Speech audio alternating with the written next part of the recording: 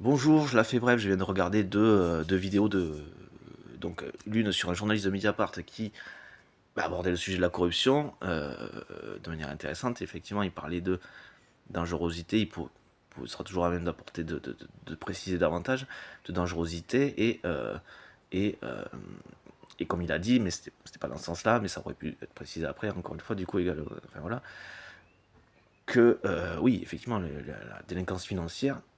Alors, effectivement, déjà, et d'une, c'était pas ça que j'allais dire là, mais dans ce qu'il disait, et d'une ne concerne que enfin, ceux qui ont des thunes et ceux qui sont intéressés par, c'est-à-dire les financiers et donc les politiques et les financiers, donc qui sont copains et s'arrangent pour dans tout ce qui relève de la corruption, du détournement de fonds, tout ça. Et qui disait, donc c'est là où ça peut être précisé, que effectivement ces montants, la délinquance financière ne concerne pas les gens, mais c'était pas dans le sens où il n'avait rien à en dire, non. Dans le sens, c'est pas concerné par ce genre de budget, par ce genre de montant et de pratique. Et effectivement, donc la précision était dans le sens où que j'aurais mise ou que je conseillerais de mettre, quoi, de préciser, c'est que si, bah, du coup, malgré tout, si ça a des conséquences, dans le sens où, bien sûr, et de plus en plus, c'est un outil, comme on s'en rend compte indiscutablement, d'asservissement des Français, donc par l'appauvrissement et l'augmentation des charges.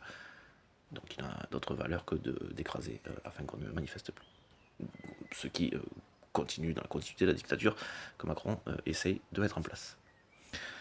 Depuis qu'il est là. Voilà.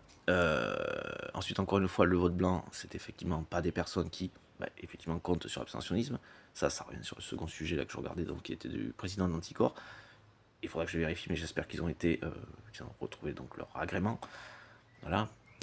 Ah oui, et monsieur, donc le journaliste de Mediapart, qui parlait aussi de corruption, de conflit d'intérêts.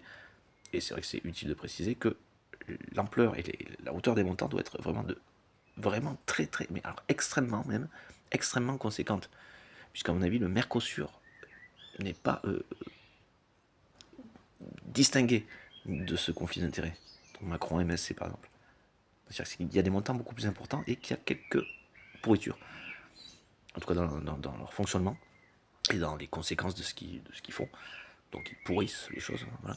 Qui créent de la pourriture et qui comptent dessus aussi pour, enfin voilà, au niveau des gens, quoi.